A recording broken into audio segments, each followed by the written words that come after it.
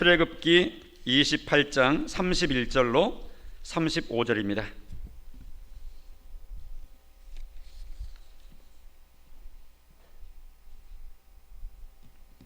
출애굽기 28장 31절.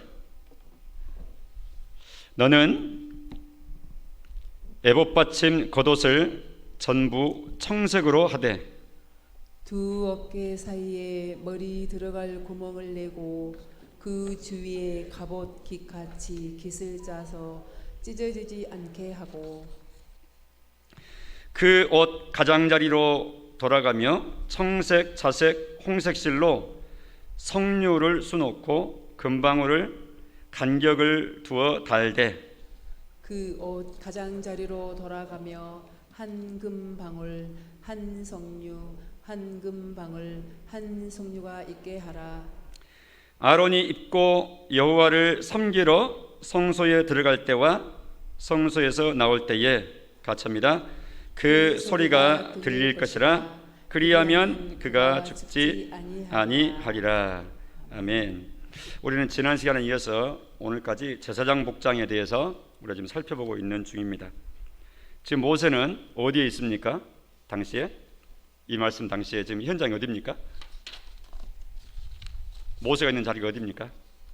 시내산 정상입니다. 지금 이 본문의 출애굽기 28장 이 대목은 하나님께서 출애굽한 지도자 모세를 백성들은 산 아래 다 대기하게 하시고 지도자 모세를 시내산 정상으로 불러 올리셔서 40일 동안 교제하시고 하시면서 지금 주시는 말씀이에요. 지금 하나님이 지시하시는 내용을 지금 우리가 읽고 있는 중입니다. 우리의 위치를 우리가 헷갈리지 않고 잘 이게 기억하면서 살펴보도록 하십시다. 그 지금 성막을 지어라 해 놓으시고 성막 안에서 행하는 이제 제사장의 복장을 지금 하나님께 지시하시고 있는 대목을 지금 우리가 읽고 있는 중입니다. 그런데 성막도 각 부분마다 하나님이 깊은 영적인 의미를 담아서 또 예수님을 보여주시기 위해서 이렇게 영적 진리를 담아서 주신 것처럼 제사장 복장에도 하나님께서 다 의미를 담아가지고 이렇게 만들어라, 이것을 만들어라, 이런 모양으로 만들어라, 이런 색깔로 만들어라, 이래 하면서 하나님께서 해주신 겁니다. 그래서 우리가 지금 그것을 살펴보고 있는 겁니다. 요한복음 5장 39절 말씀을 우리는 잘 기억해야 됩니다. 우리가 성경학도니까. 요한복음 5장 39절, 이건 자주 인용되는 구절이니까 뒤쪽에다 딱 적어놓기도 하고 그거 그 말씀이지 이렇게 기억하려고 노력을 하셔야 돼요. 그렇지 않으면 일평생 들어도 성경 한 구절이 머리에 남지 않게 되기가 쉽습니다. 그러면 아주 힘이 없어요. 끈 떨어진 연처럼. 말씀을 꽉 붙잡아야 돼요. 다시 한번요. 받아삽니다. 요한복음 5장 39절. 어디 몇 장 몇 절이라고요? 요한복음 5장 39절을 보면 그런 말씀을 하세요. 예수님께서 그 무리들에게 하시는 말씀이에요. 여러분들이 영생을 얻는 줄 알고 성경을 연구하고 상고하고 이렇게 하는데 이 성경이라고 하는 것은 곧 내게 대하여 말씀하신 것이다. 성경이 누구에 대해서 말씀한 거라고요?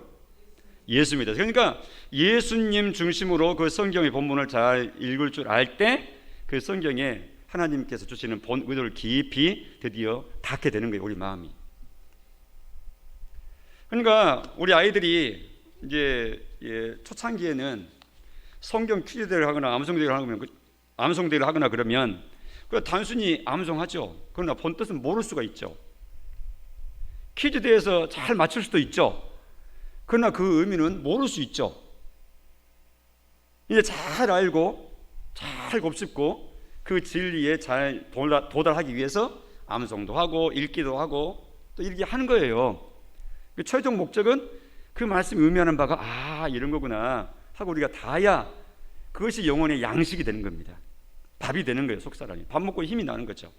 알 때, 그리고 우리 알게 될 때, 깨닫게 될 때 마음 가운데 확신이 드는 거예요.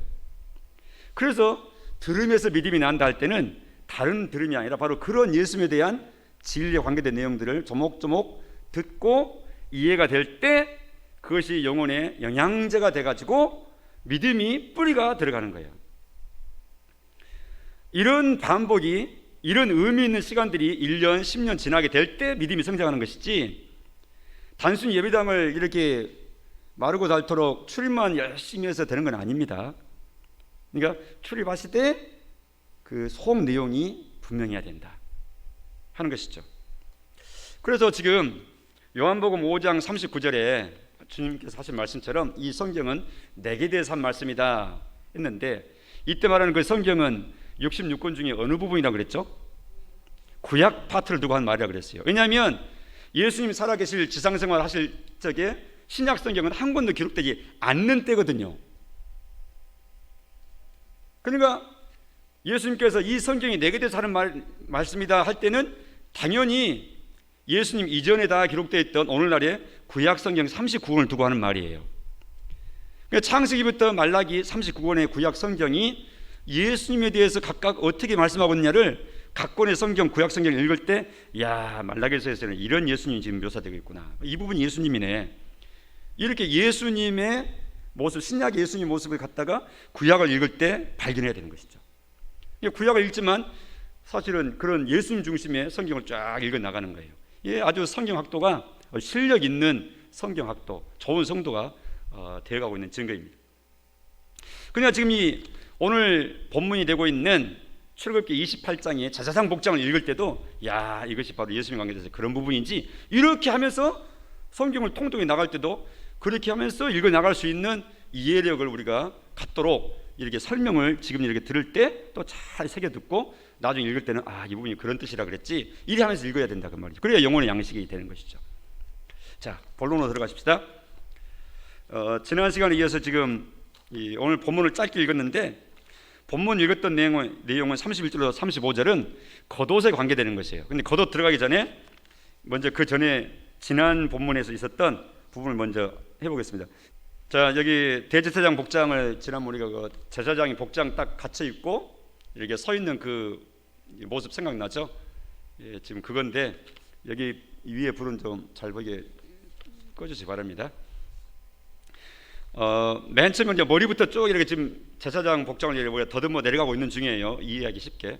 머리 위에는 하얗게 머리카락이 안 보이게 다 덮어 썼죠.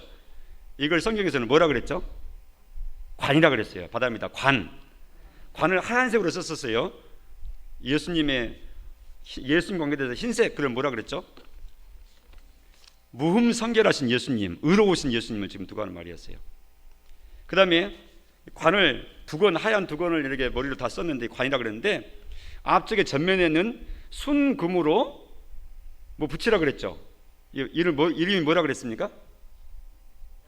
패, 바다입니다. 패.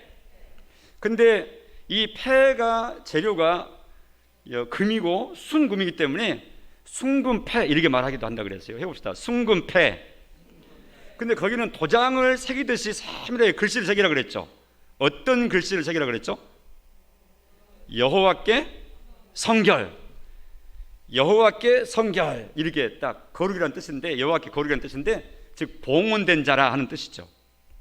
하나님께 봉헌된 자, 드려져버린 자, 이렇게 딱 이렇게 써라 그 말이죠.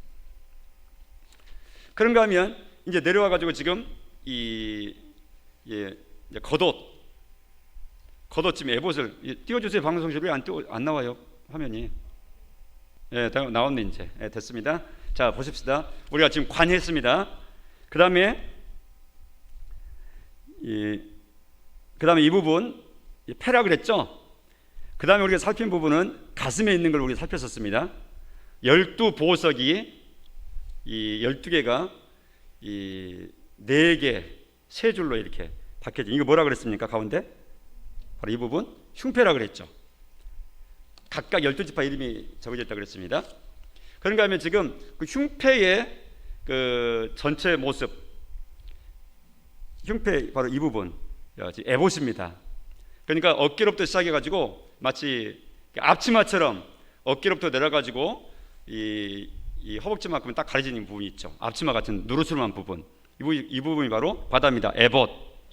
그러니까 제사장 복장 그러면 뭐 전체를 다 6, 7가지 다 얘기해야 되지만, 에봇 그러면 제사장 복장에 대표격으로 그냥 에봇을 가져와라 이렇게, 또 에봇을 입고 섬겼더라 얘기하면 복장 갖추고 있다 하는 대표적인 복장이 바로 에봇입니다. 가장 겉에 입는 복장이죠.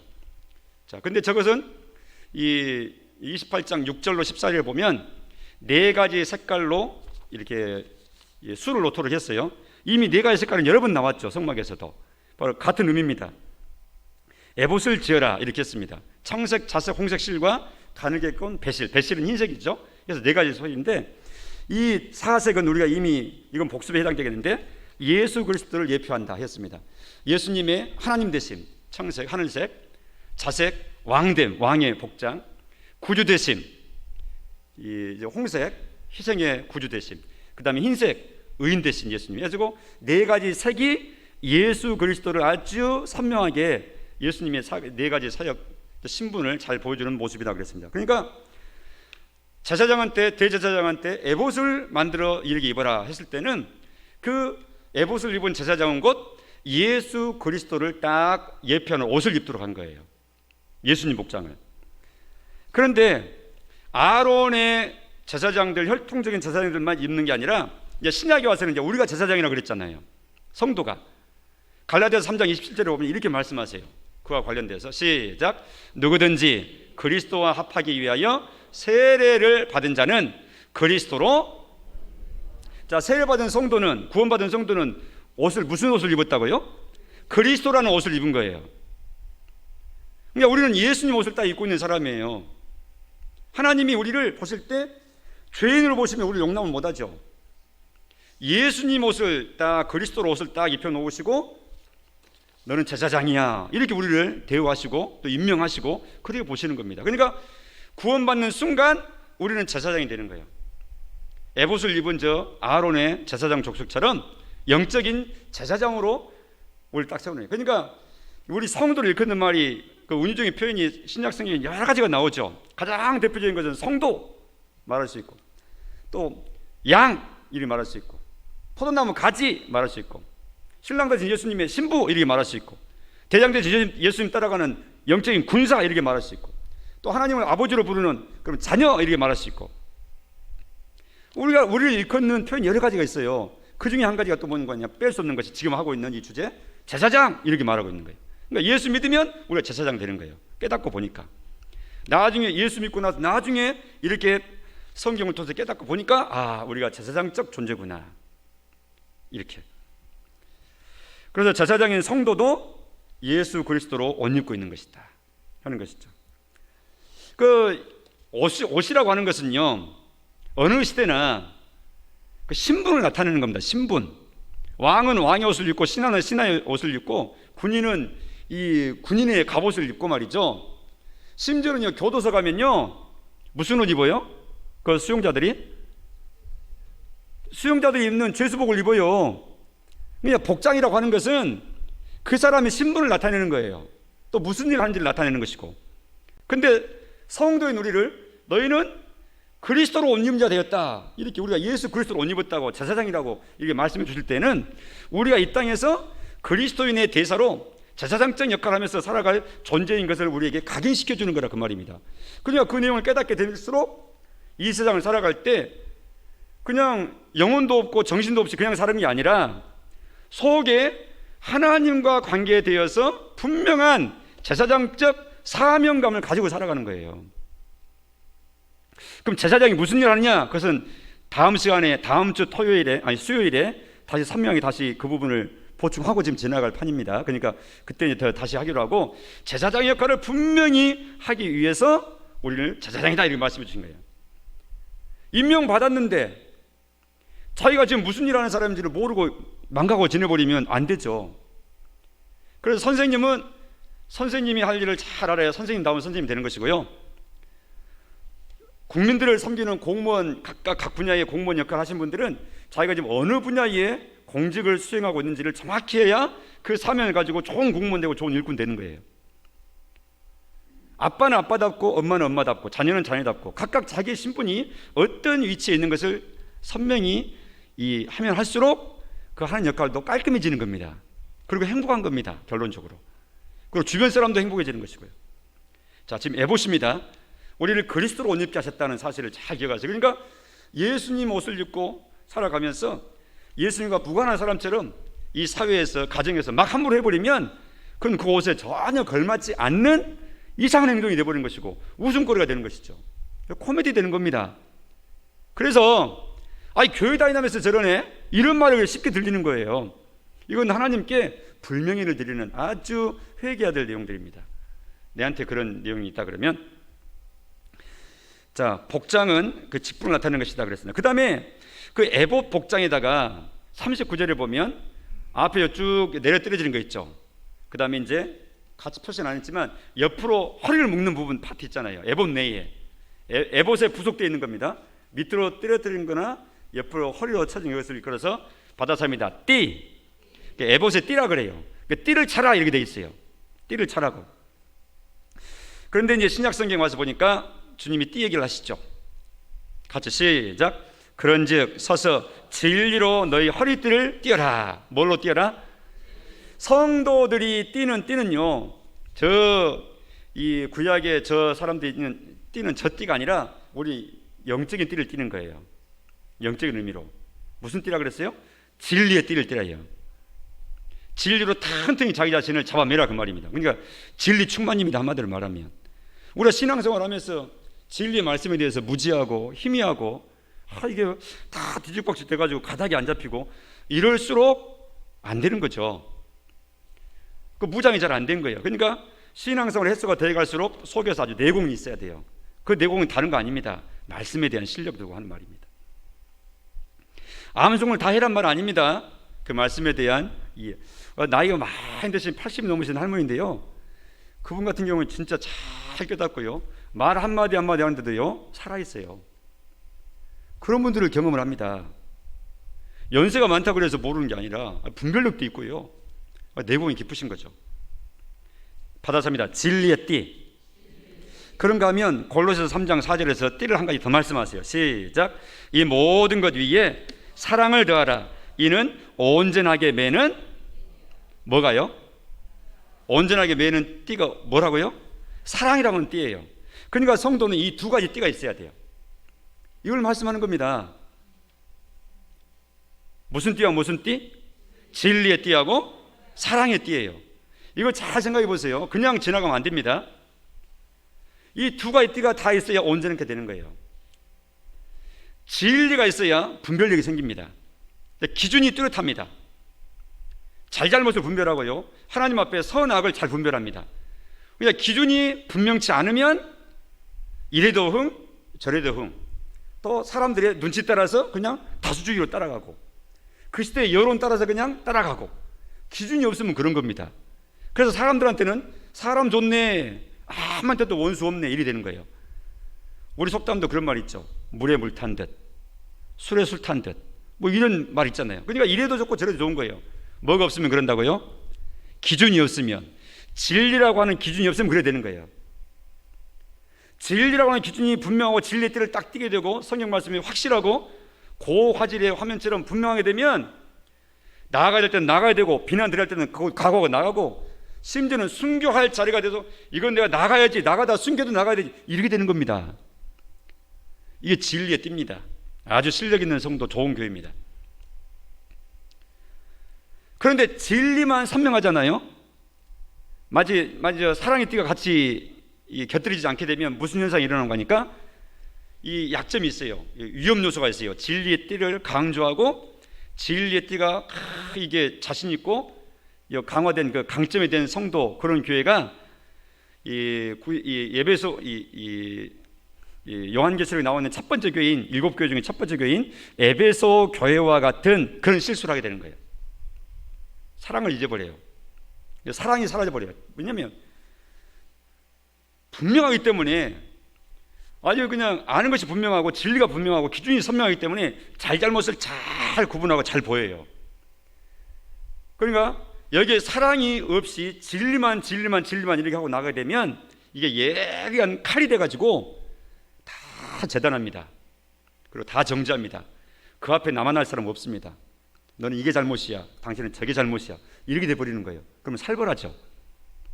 사랑이 없게 되면, 사랑이 없는 진리는 사람을 죽이는 겁니다. 그리고 사분 오열시키고요, 그 앞에 가면 다 정죄안 받고 벌벌 떨게 만들어요. 그러니까 진리로 충만하되 반드시 사랑의 띠가 곁들여져 있어야 주님 말씀하신 것처럼 이것이 온전하게 매는 띠다. 사랑이 곁들여져야 된다. 이 말씀하는 거예요. 근데 사랑은 충만한데 진리의 띠가 형편없다. 그러면 어떤 현상이 일어나겠어요? 그 반대입니다. 아까 말했던 그런 내용입니다.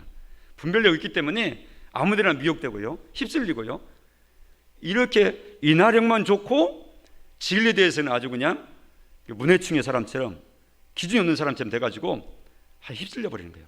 아주 미혹돼서 사탄의 밥이 되기가 쉽죠. 그러니까 받았습니다. 진리의 띠, 사랑의 띠, 띠를 매라 이렇게 말씀했다고요. 무장하는 겁니다. 우리 기도의 제목들입니다, 이것들이. 자, 그런가 하면 이 지금 에봇에 관계되는 것인데, 저 어깨 위로 올라갔습니다. 양쪽 어깨 위에 제가 동그라미를 찾는데, 저걸 지금 어깨띠라 이게 말했고, 이전 성경에서는 견대라 이렇게 말했어요. 어깨 견자를 써서 한자로 표현해서 견대 이렇게 했습니다. 받았습니다. 어깨띠. 어깨띠는 이제 저거를 에봇을 입을 때 앞판하고 뒷판하고 이렇게 딱 물리게 하는데, 그 자리를 보석으로 하나 콱 물려서 하도록 한 거예요. 근데 그 보석에다가 흉패의 보석에 이름 하나씩을 해서 12개 지파를 적으라 그랬는데, 여기는 견대 2개, 어깨띠 위에 보석 2개를 해가지고 6개씩 지파 이름을 적으라는 거예요. 가슴에 품는 12지파가 아니라 어깨에 메고 나아가는 12지파로 제사장이 어깨 위에 12지파를 짊어지고 하나님 앞에 나아간다, 이렇게 되는 거예요. 제사장이신 예수님이 우리를 어깨 위에 짊어지고 나아가는 겁니다. 감당한다 그 말이죠. 보호하고 나간다 그 말이죠. 예수님이 우리를, 제사장이신 영원한 제사장 예수님이 우리를, 구원 백성들을, 택한 백성들, 지파들을 어깨에 맨다는 것은 속죄의 큰 은총을 어깨에 메고 다 감당하는 걸 두고 하는 말이에요. 그냥 신약 성도인 제사장이 우리는 그러면 어깨에 메는 저 제사장 복장을 볼 때 이 어깨에 이 6개 12지파를 보석에 기록하는 어깨 두라 그랬는데, 우리 입장에서는 다른 거 아니죠. 우리의 태신자를 어깨에 메야 되는 거예요. 그리고 이미 신앙생활을 시작한 우리 성도들 중에 나의 도움이 필요한, 양육이 필요하고 돌봄이 필요하고 내가 맞춰주고 함께 이렇게 세워주고 해야 되는 이런 연약한 성도들을 항상 어깨에다 메고 함께 이렇게 나아가는 이런 자세로 나아가야 될 것을 말씀하는 겁니다. 예수님이 그렇게 하셨고 우리도 그 예수님 따라서 그렇게 하라는 겁니다. 교회 공동체 내에서. 그래서 갈라디아 6장 2절에 다 같이 시작. 너희가 짐을 서로 지라. 그리하여 그리스도의 법을 성취하라. 그리스도의 법은 사랑의 법을 두고 하는 말입니다. 대신 짊어져 주는 거예요, 약한 사람. 그러니까 쓰러져 있는 사람한테 왜 자꾸 쓰러지냐고 말해봐야 못 일어납니다. 옆에서 같이 들어줘야지. 그러니까 정죄하고 심판하고 욕하고 하는 것은 아무런 효과가 없어요. 예수님처럼 이른 양 찾았을 때 막 이른 양, 집 나간 양, 길 잃어버린 양한테 야단치고 그런 거 아니고 어깨에다 메고 돌아오시잖아요, 목자가. 그것처럼 긍휼히 여기고 매주는 거예요. 안전보호해서 감당해 주는 거죠. 견대에다 그렇게 12지파 이름을 기록해 하신 거예요, 제사장 어깨에다가. 우리는 다른 사람의 짐을 서로 져주도록 이런 감각이 우리 마음 가운데 있기를 축복합니다. 그런가 하면 이제는 에봇에 대해서 다 끝났습니다. 그 다음에 이제 이 겉옷입니다. 지금 저기에 에봇을 맨 겉에다가 받쳐 있기 전에 그 푸르스름한 하늘색 있잖아요. 그거 지금 그것을 두고 하는 말이에요. 이 겉옷입니다. 하늘의 색깔입니다. 하늘의 색깔. 말 그대로 하늘을 상징하는 것이죠, 이 겉옷이. 그래서 위의 것을 상징하는 색깔, 하늘을 상징하는 색깔, 하나님의 형상으로 점점 변화되어가는 삶을 우리가 모습을 보여줘야 한다는 영적인 의미입니다. 그러니까 위의 것을 생각하라, 골로새서는 그렇게 말씀하시죠. 땅의 것 생각하지 말아라. 제사장은 그런 것이다 하는 것입니다. 골로새서 3장 1절 이하의 그 내용을 보면, 그리스도와 함께 다시 살리심을 받았느냐? 그렇다면 하늘에 속한 사람이니까 항상 위의 것을 생각해라. 여기서 위의 것과 땅의 것, 위의 것과 아래 것, 하늘의 것과 땅의 것 이렇게 얘기하거든요. 땅의 것은 우리가 살아가는 보통 이 일반적인 걸 두고 하는 얘기입니다. 근데 위의 것은 영원한 것, 영적인 것, 하나님과 관계된 나라를 두고 하는 말 때 위의 것이라고 말하는 거예요. 그러니까 우리는 땅에 살지만 또 땅의 일을 하면서 살아가야 되지만 항상 우리의 무게중심은 위에 있다. 그래서 나오는 말이 바다사입니다. 하늘에 속한 사람. 우리가 그런 사람인 거예요. 그리스도의 사람이라 하는데 땅의 일만이 전부가 되어 있는 사람은 아직 미숙한 상태에 있는 것이죠. 땅의 일을 처리하면서도 그 땅의 일을 하면서도 이 땅의 일이 항상 하늘의 것과 관계가 있는 땅의 일인 거예요. 예수 믿기 전이나 예수 믿은 후나 우리가 살아가는 겉모습은 똑같아요. 믿기 전에도 출근했고 믿은 뒤에도 출근해요. 믿기 전에도 논밭에 씨 뿌려서 땀 흘려 농부 생활했고 예수 믿고 난 뒤에도 세례받은 뒤에도 역시 똑같은 그 농사 활동을 하는 거예요. 달라진 것 없어요, 겉으로는.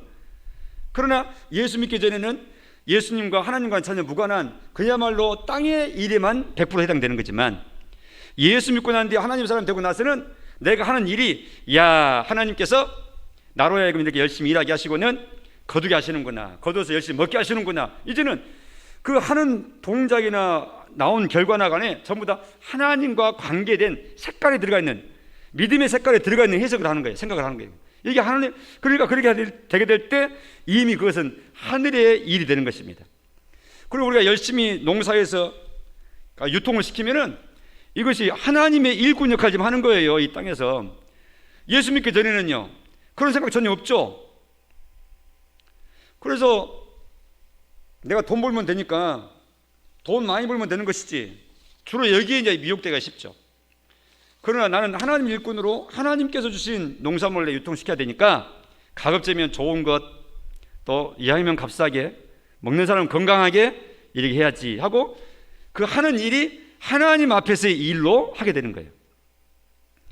그런 생각을 가지고 그리스도인들은 해야 돼요.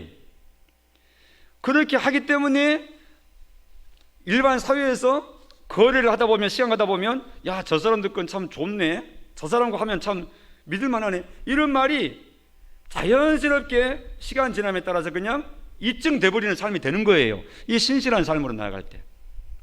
그래서 믿을만하게 된 것이죠. 근데 그렇지 않고 막 속이게 되고 막 나쁜 거 막 유통시켜서 속여서 돌리고 유통시키고 이러면은 못 믿죠. 그냥 하나님 앞에서의 삶입니다.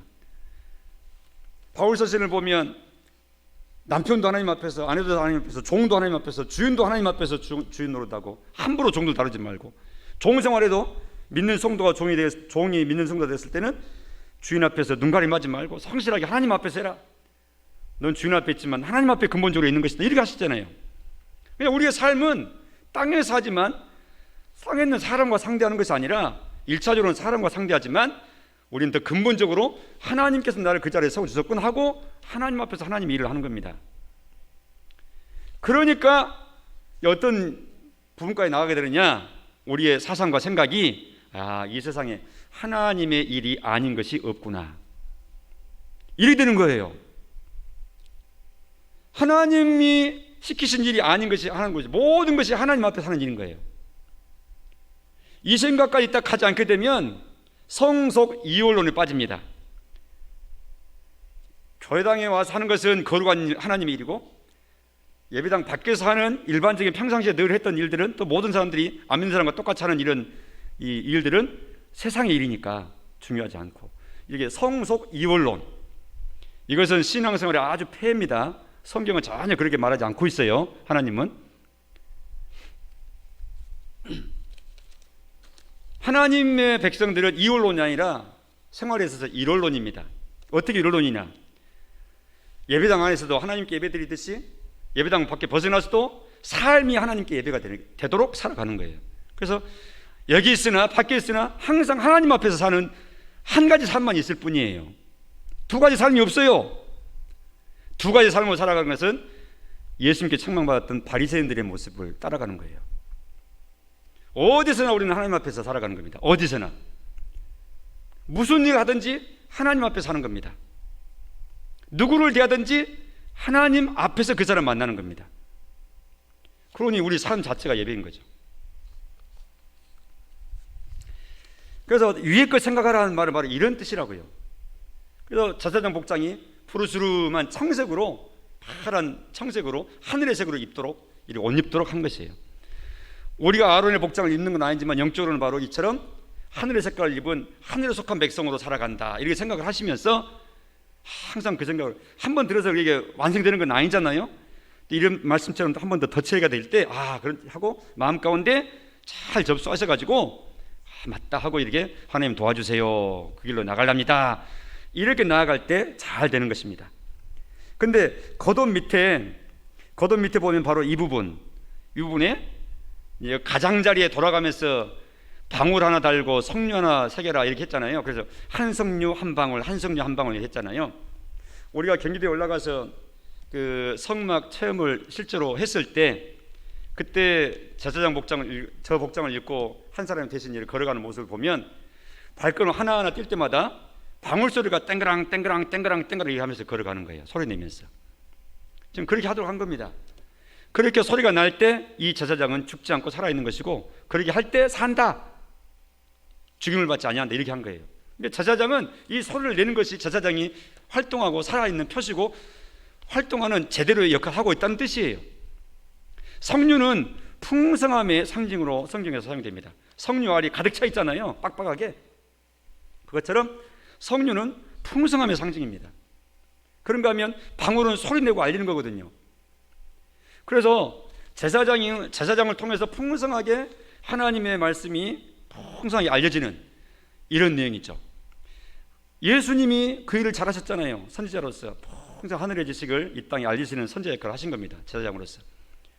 그런가 하면 우리가 이 세상에 대해서 제사장 역할을 한다 할 때 성도의 삶 가운데 이처럼 풍성한 말씀의 방울 소리가 끊이지 않도록, 방금 전에 청색 겉옷을 설명했지만 우리는 하늘에 속한 사람으로 살아가는 거예요. 같은 사람이지만, 같은 대한민국 백성이지만 전혀 다른 한 사람으로 우리는 신분을 덧입고 있다. 아주 비밀스러운 우리의 신분이다 하는 것입니다. 그러면 마지막으로 한 가지 더 있습니다. 맨 아래 속옷입니다. 하얀 속옷입니다. 긴 소매옷처럼, 그리고 발목까지 다 가리는 저 통으로 되어 있는 저 겉옷 속에 있는 저 더 긴 속옷입니다. 근데 이것이 기본 옷이죠. 살에 닿는 옷이죠.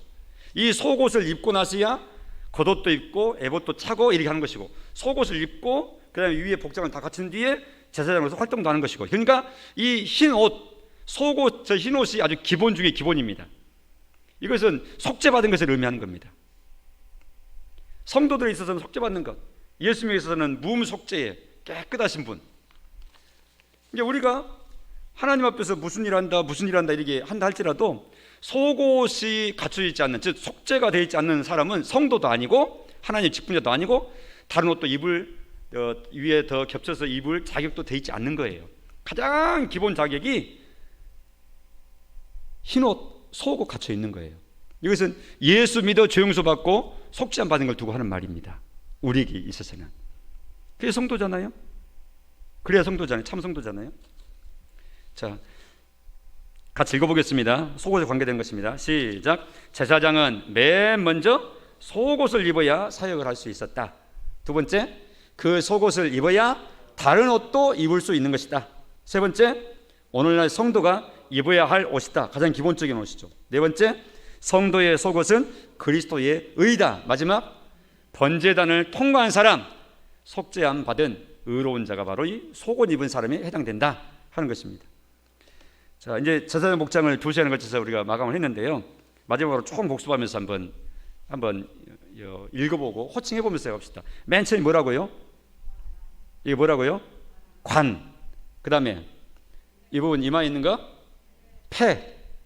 그 다음에 이 부분 가슴에 있는 거? 흉패. 12보석. 그 다음에 이게 지금 어디까지 가 있는 거예요? 지금 에봇을 가리키고 있는 것 같아요. 에봇 전체를 가리키는 것이고, 에봇 내에 이 뭐라고요? 띠 매는 것이고, 그 다음에 저 어깨 위에는 어깨띠, 다른 말로는 견대라 그랬습니다. 자, 돼 있고, 그 다음에 이거는요, 푸르스름한 이 옷, 이름이 뭐죠? 겉옷. 그 다음에 맨 아래 긴 거 흰색 제사장 속옷입니다. 속옷 가기 전에 이거 겉옷의 맨 밑에 삥 둘러서 가장자리에 성류와 방울이죠.